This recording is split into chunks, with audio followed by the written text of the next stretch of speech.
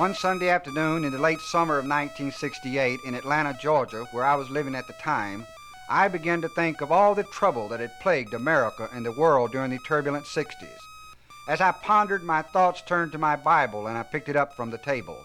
I looked down and found that I had opened it to 1 Kings, the story of King Solomon, who had once ruled a kingdom similar to America today. As I started to read, a vision suddenly appeared in my mind. I saw the names of 6 cities: New Orleans, Los Angeles, Memphis, Birmingham, Dallas, Atlanta. And slowly, in the eyes of my mind, I saw all but the first letters in each of the words fade away. Left standing, the first letters of each city spelled the words number lambda. Number lambda, the 11th letter of the Greek alphabet. Then in my vision I saw 3 names: President John F. Kennedy, Dr. Martin Luther King, Senator Robert F. Kennedy. I remembered then that the 6 cities, New Orleans, Los Angeles, Memphis, Birmingham, Dallas, and Atlanta, had all played a part in the lives and deaths of these American leaders. Senator Kennedy had been killed in Los Angeles. Dr. King had been killed in Memphis, had achieved his greatest fame in his letter from a Birmingham jail, and had headquartered his nonviolence crusade in Atlanta. President Kennedy had been killed in Dallas by Lee Harvey Oswald, who had plotted the assassination in New Orleans. Each of these 3 leaders' last name begins with the letter K. The letter K is the 11th letter of both the English and Hebrew alphabet. The Hebrew K or Kaf means in the palm of his hands. President Kennedy had been assassinated on November the 22nd, 1963, November the 11th month. Dr. King had been killed on April 4, 1968 at 6:05 p.m. 6 and 5 is 11. Senator Kennedy had been killed on June 5, 1968. June, the 6th month, 5th day. 6 and 5 is 11. At this point, while I found these revelations rather startling, I put them aside in my mind. Then, in the late autumn of 1973, on the Mississippi Gulf Coast of the United States, I experienced a strange encounter, which resulted in my receiving a message from aliens from another world, which I subsequently revealed in a previous recording entitled The UFO Message. After I had received the UFO message, I began to seriously meditate and to study the strange parallels of history now unfolding in the world. In meditating on world events, I again thought of the Kennedys and Dr. King's assassinations. In so doing, I suddenly saw a World War I battlefield. This had been the war that was supposed to end all wars. World War I had ended on November the 11th, 1918 at exactly 11 a.m., the 11th month, the 11th day, the 11th hour. Then I saw the word Watergate. Watergate, the word which has come to cast the greatest shame this country has ever known. And then I remembered that President Richard M. Nixon was the 11th man to have been vice president and then become president of the United States. When President Nixon resigned, Gerald Ford became the 38th president of the United States. 3 and 8 is 11. Then I saw the zodiac sign for water, Aquarius. We are now in the age of Aquarius, the 11th house of the zodiac. Suddenly, in the watery vision, I saw a boat sinking slowly beneath the sea. President Kennedy's PT boat had been sunk during World War II, and he and 10 of his men had been saved, 11 in all. President Kennedy's boat had been sunk in the Solomon Islands. I then remembered back to 1968 when I had first thought of the number 11 vision and had been reading in Kings 1.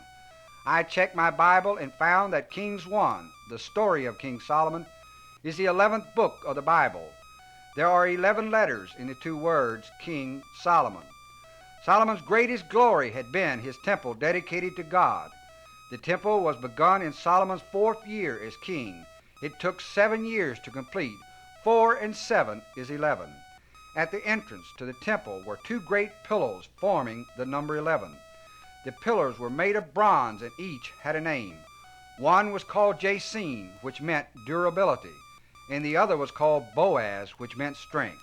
Checking further, I turned in Kings 1, the 11th book of the Bible, to the 11th chapter, the 11th verse, and found these words: Therefore the Lord said unto Solomon, Forasmuch as this is done of thee, and thou hast not kept my covenant and my statutes, which I have commanded of thee, I will surely rend thy kingdom from thee, and will give it to thy servant.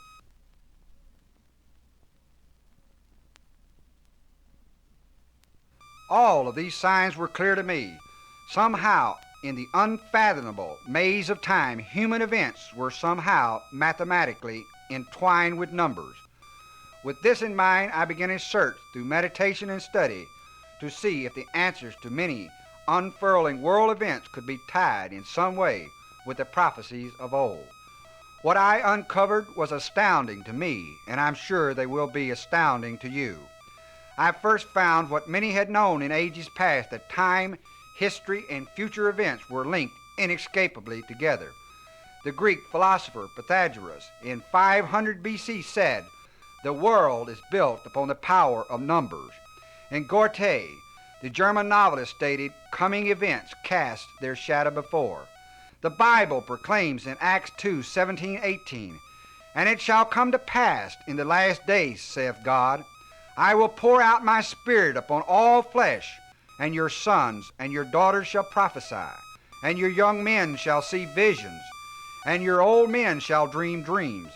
And on my servants and on my handmaidens I will pour out in those days of my Spirit, and they shall prophesy." But before I proceed further, I want to issue a warning. What I discovered is profound and has terrible consequences for the future. Yet it could also evolve a bright new world. Therefore, I will preface my warning with the words of the great French novelist Victor Hugo, who said, "Every man has within him his own path. He is free to venture or not to venture upon that terrifying promontory of thought from which one can see into the shadows. If he refrains from doing so, he continues to live an ordinary life with ordinary thoughts, ordinary virtues, ordinary beliefs, and ordinary doubts. And it is well that he should. It is clearly best for his internal peace of mind. For if he ventures on to this summit, he is lost. He will have glimpsed the mighty waves of the marvelous, and no one can look upon that ocean with impunity. He persists in contemplating this alluring abyss, in exploring the unexplored, in remaining detached from life on the earth, and in his efforts to penetrate a forbidden world, to touch the untouchable, to gaze on the invisible. He returns again and again to the edge of the cliff, leans over, takes one step down, and then another. And that is how one penetrates the unknowable and loses oneself in a limitless extension of infinity. Thus, if you are ready to penetrate a forbidden world, we will step forward. Jesus' disciples came to him once on the Mount of Olives in private and asked him what would happen to show that it was coming of the end of the age. Jesus told them that when Egypt was compacted with armies, and there were wars and rumors of wars, and that there were earthquakes and famines in many places, and strange signs in the sky, then the time was drawing near. Jesus went on to say that these signs would precede but also herald the awful horrors described by the prophet Daniel. Jesus said the earth would undergo a terrible disaster, the likes of which had not happened before or would happen again. He said, however, that God would reduce the days of this disaster, for if he did not, then no one would survive. With these words, the greatest authority on the subject of humanity plainly stated that it was possible to discern the future, that future events could be foretold by observing certain signs and occurrences.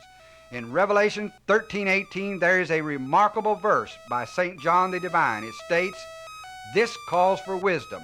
Whoever is intelligent can figure out the meaning of the number of the beast, because the number stands for a man's name. Its number is 666. This last ruler before the disasters can be known according to Revelation. The number of this man is 666. I will reveal 666 later, but first we need to go back to the bleak Portugal hills of Fatima on May 13, 1917. On this day, 3 small children, Lucy dos Santos, 10, and her cousin Francisco and Jacinta Marto, 9 and 11, saw a vision of the Virgin Mary. The vision appeared before the children a number of times, and the event electrified the whole of Portugal and eventually the world. The culmination of this startling occurrence was that the vision promised the children a miracle to help convince an unbelieving world. The miracle was promised for October the 13th, 1917. The event was to take place on the Cova de Era, a high plateau near Fatima. At the announced date, word had spread and some 70,000 people had gathered at the Covadere area. It had been raining all morning, and at noon, the time when the miracle was promised, a hush fell upon the crowd, and the sky suddenly cleared, revealing the bright sun against a blue background. But the beautiful sun began to spin, giving off giant fiery links of light across the heavens. Then the sun began to plunge toward the earth. The thousands became terrified and dropped to the ground, beseeching God for mercy. The spinning, plunging, dancing sun miracle lasted for 10 minutes before it resumed its normal position back in the sky. As a result of the vision that the children saw and the miracle of the sun, Fatima has become a world-famed religious shrine where pilgrims the earth over come to pray, and many have claimed miraculous cures at the shrine.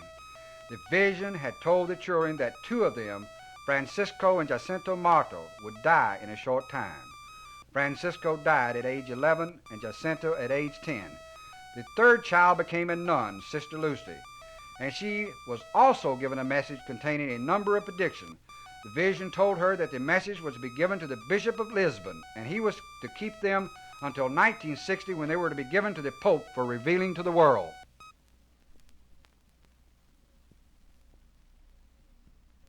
But in 1960, when the predictions were forwarded to the Pope by the Bishop of Lisbon, the Church refused to release the predictions to the world. This obviously brought about great speculation as to what the predictions contained. However, that is all that it has been, speculation, because the Church has been completely mute on the subject. The greatest speculation has centered around the predictions that the Church is in danger of falling and that Russia may take over the world. These speculations have been fueled by the hints that Sister Lucy has given over the years. She has repeatedly warned the Church that God is concerned with Russia and that the Church should do everything possible to return that country back to the Church. There are even more hardcore clues to the predictions.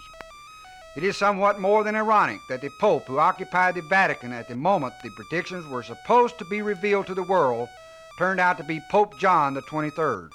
Pope John, as the world now knows, turned out to be the most innovative pope in centuries. He startled the world by convening the Second Vatican Council and by initiating contacts with the non-Catholic religions and with communists and atheists. It is in this regard that we come to our first clue as to the Fatima message. In early March 1963, the whole world was shocked when it was announced that Pope John had granted an audience to Alexei Zubov, the editor of the Soviet newspaper Izvestia, the then son-in-law of Nikita Khrushchev. Here again there was great speculation in the world press as to what these two men discussed. Of course, no one really knows. What we do know is that the meeting took place only a few months after the Cuban Missile Crisis, and that following that meeting between Alexei Zubov and Pope John, there has been a change in the Soviet Union which continues until this day. The second thing that can be noted, and also gives another clue to the predictions in Pope John, prior to his being elected Pope, when he was Cardinal Roncalli, Pope John the 23rd stated before a huge audience at the Fatima Shrine, "I am not far from believing that when the mysteries of Fatima shall be completely revealed, there will appear in a clearer light the various small events, more mystical than the miracle of the sun, an inexhaustible source of graces and prodigies, which turn themselves in torrents upon Portugal, and from there spread out over the entire church and the world." This statement was made in 1956. The most significant Vatican note of current vintage was the startling announcement by Pope Paul VI on January the 11th, 1975, when he warned that the world had moved into a pre-war phase in which tension over energy supplies could erupt into conflict, power. In the Bible, in Ezekiel 10:14, it reads, "And every one had 4 faces. The first face was the face of a cherub, and the second face was the face of a man, and the third the face of a lion, and the fourth the face of an eagle." I have already stated in my previous recording, the UFO message, that Ezekiel was talking about a UFO and the beings that occupied them. But now with my further revelations, I want to clear up another ancient mystery, which will also certify the predictions that I will make later in this recording. What Ezekiel also described as a sphinx. I believe that the great sphinx at Giza, Egypt, was erected as a timeless reminder of the strange and inscrutable destiny of man as linked with the universe. No intelligent historian or archaeologist will deny that they or anyone else really knows what the Great Sphinx and pyramids are all about, or how or for what reason they were constructed. What they do know is that everything the Egyptians had or knew seems to have been there at the earliest known dates, including the entire system of writing. We know this because hieroglyphic signs on papyrus rolls have been found on monuments of the 12th dynasty. Later, they were found in even more refined form on 4th dynasty monuments dating back to 2680 BC, and even back to the times of Menes, the first Egyptian monarch of which there is any record. This recording began with a strange parallel between Solomon and the number 11, and the tragic events which have culminated when embodying that number. Now we need to draw another parallel. Solomon has been known throughout history as a possessor of great wisdom, and there is great mystery surrounding Solomon. One of Solomon's mysteries is his seal. Note, if you will, however, that the seal of Solomon is nothing less than the outline of two pyramids, one upside down against the other. Note also that there are 6 points to this seal. Remember also what I mentioned earlier regarding Revelation and the admonition of 666. Now, I wish to repeat again what the philosopher Pelagius said in 500 BC. The world is built upon the power of numbers. Revelation states unequivocally that with wisdom and intelligence, you can unlock the numeric code of history. Applying this logic and the wisdom that has been revealed to me, I believe that I have glimpsed the unlocking of this code of intent, that no other answer seems reasonable. I have found a repeated code which is prevalent in all of the recent events which have staggered mankind. But even more important, by applying this code to the future, the implications are totally frightening.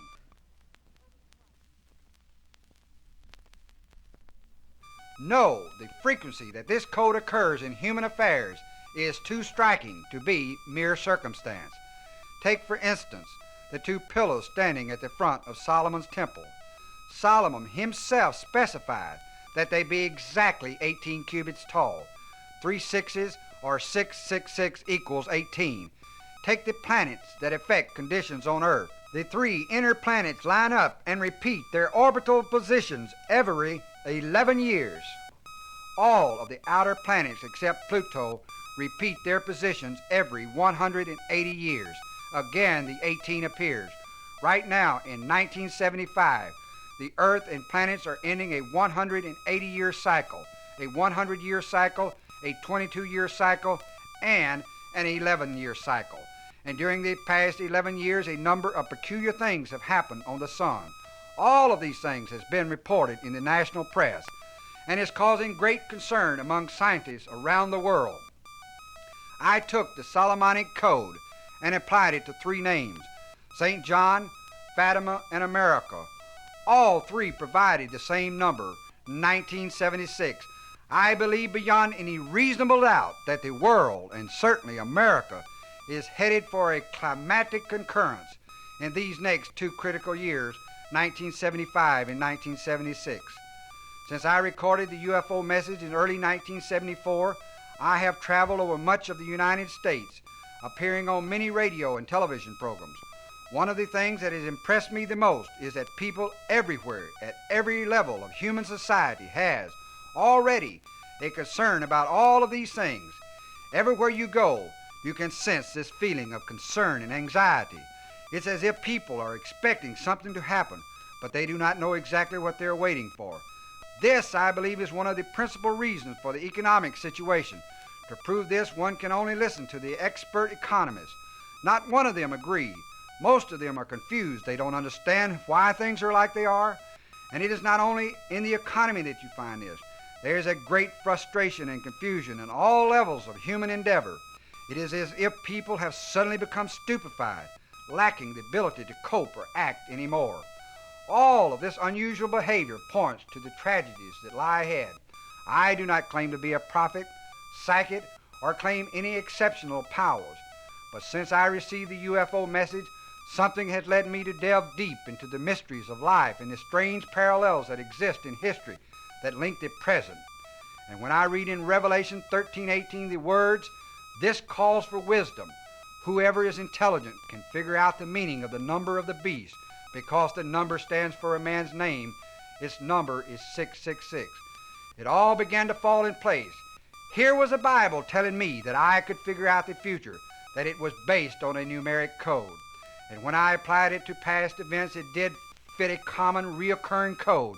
Then I believed. I have applied this Solomonic code to many areas of life, specifically those that have affected so many of us in the past few years. Based on this Solomonic code, the changes are extremely likely to come true as predicted. The following are things that are revealed by the Solomonic code. There is often a strange prophetic nature in history, even when none is intended. Nelson Rockefeller's mother wanted to name him with a first name beginning with the letter W. But when it was pointed out to her that since his middle name was to be Aldrich, his initials were spelled out War, she changed her mind. However, the code points out that Rockefeller could become president between 1975 and 76, and he will involve the United States in a war caused by the oil crisis. There is a Southern senator whose last name begins with the letter A, who will be found to be involved in a conspiracy which will cast an even darker shadow upon American politics and power. The code indicates that there was a conspiracy in the assassination of Dr. Martin Luther King and the attempted assassination of Governor George C. Wallace. The key to the King assassination lies with a prominent businessman in Alabama, and the key to the Wallace assassination attempt lies with a Watergate figure now serving time in prison. Fidel Castro will disappear from the world scene between 1975 and 1976, and the code points to tremendous upheavals on the island of Cuba. The code points to some link between Senator Edward Kennedy and his wife in the Chappaquiddick tragedy. There are signs that this link will be revealed and Senator Kennedy's actions will be seen in a different light. The code also indicates that he will be very much on the scene in the 1976 presidential election. The code indicates that the first sign of many major disasters for North and South America will be heralded by renewed activity of a volcano in the Caribbean, which has long been felt to be inactive or dead. The code indicates that part of Tennessee are in imminent danger from a massive earthquake. The code indicates that the state of Florida, specifically the southern half, will undergo a major disaster in the near future.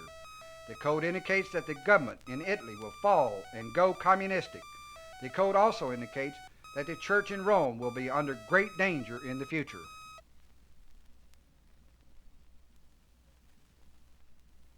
The code indicates that Governor George C. Wallace of Alabama will not be a factor in the presidential election of 1976. The economic situation in America and the world will darken during 1975 and grow even worse in 1976. All of the events I applied this code to, none was stronger in its signs than the one that pointed to Russia having a major confrontation between 1975 and 76. The only thing that was not clear was whether it was with the United States or China. It may be both.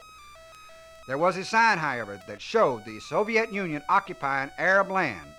Again, it should be mentioned that sometimes casual things offer strange prophetic clues to history.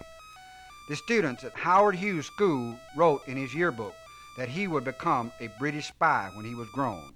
The code indicates that Howard Hughes will pass from the world scene between 1975 and 76, and information will pour forth that he alone has been responsible for some very major tragic events in American history. He will go down in infamy as one of the strangest and most devious men in contemporary history. The next prophecy should not be taken in a Sodom and Gomorrah sense, but I repeat it only as it was revealed by the Solomonic Code. The code indicates that New Orleans, Louisiana has been and still is the scene of several great evils against the United States and the world. The code indicates that a terrible disaster will befall the city of New Orleans in the near future. The code indicates a number of major racial riots to occur in a number of American cities between 1975 and 1976. The code definitely indicates a major earthquake for the state of California. The code indicates that a private investigation now going on will show that mass murderer Charles Manson in California was linked to a very rich man who had a much greater goal in mind than the murder of a few people in California. This rich man is part of a worldwide, extremely evil and dangerous organization. The strongest link that is revealed when the Solomonic Code is applied to the assassination of John F. Kennedy is Mexico and Cuba and the CIA. These two countries and the CIA appear to have the key to this murder. The code indicates that former President Richard M. Nixon will fade from the world scene between 1975 and 1976. The code indicates that England will have a king between 1975 and 76, but the code indicates that England is fading from the world scene. The code indicates a major earthquake in the area of St. Louis, Missouri. The truth about Watergate, that is, the break-in and the subsequent exposure of the people involved, has yet to be told. There is a great deal more to the story. An elaborate conspiracy was connected with the break-in. The key to this exposure rests with one of the Watergate personnel, now serving time in prison, and Robert Vesco, a fugitive now residing in South America. There is a famous underground figure who will die between 1975 and 76, and with his death will come the revelation that he had participated in a conspiracy against the United States of the greatest magnitude. The code indicates that nuclear material has been stolen from a major power facility. The code indicates that this material will definitely endanger a large segment of a major American city. The code indicates that France will play a dominant role in world events in the next 2 years. I applied the Solomonic Code to the UFOs, since this phenomena has increased in the last few years. What the code reveals is that the Earth will be invaded from outer space. However, the invasion does not indicate that it will be harmful to the world. It also is not indicated in the near future. The code indicates that it will occur in the 1980s. The code indicates that the purpose of the UFOs during the past few years has been in preparation for this invasion. However, the code does indicate that the UFO invasion will have a bad result for some people on the earth. People who prophesy gloom and doom are never perceived with great enthusiasm, and I fully appreciate that. If the signs for these events and other equally astounding occurrences were not so strong, I certainly would not want to associate myself with them. I am reluctant to do so at any case, but I think that the world is on the brink of disaster, but there may still be some chance to change it. I doubt it, but one has to hope. The word Solomon is taken from the Hebrew word sayumoneh, which means peace. I believe that is the warning of Fatima and the warning of Revelation, that we must seek peace, and peace in its truest sense. Not only peace between nations, but peace between races, and peace between people, brothers and sisters, husbands and wives, men, women, and God. In the 3rd chapter of St. John in the Bible is related the following occurrence. There was a man of the Pharisees named Nicodemus, a ruler of the Jews. The same came to Jesus by night and said unto him, Rabbi, we know that thou art a teacher come from God, for no man could do these miracles that thou doest except God be with him.